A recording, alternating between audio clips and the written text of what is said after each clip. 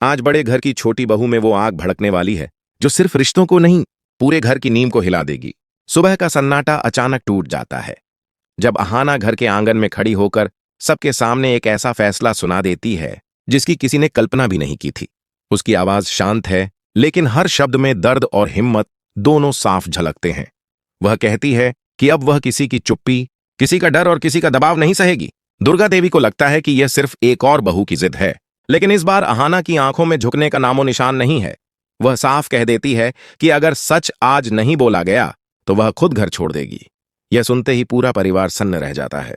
अर्जुन सबसे पहले आगे बढ़ता है और अहाना को रोकने की कोशिश करता है।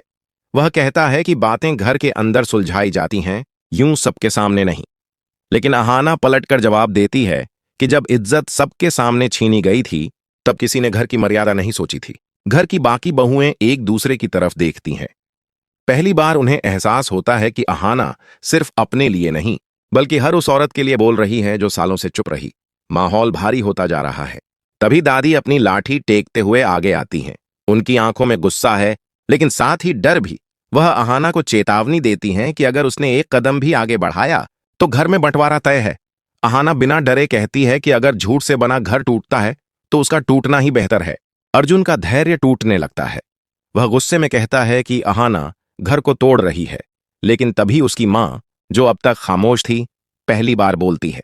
वह कहती है कि घर अहाना नहीं बल्कि हमारी चुप्पी तोड़ रही है। यह सुनकर दुर्गा देवी के पैरों तले जमीन खिसक जाती है। उन्हें समझ में आ जाता है कि अब हालात उनके हाथ से निकल रहे हैं। अहाना की आंखों से आंसू बहते हैं, लेकिन वह रोती नहीं। वह कहती है कि आज अगर वह पीछे हटी तो खुद को कभी माफ नहीं कर पाएगी।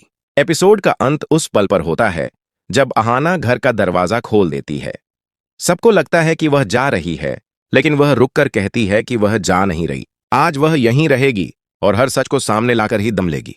घर में पसरा सन्नाटा बता देता है कि अब कोई भी रिश्ता पहले जैसा नहीं रहेगा।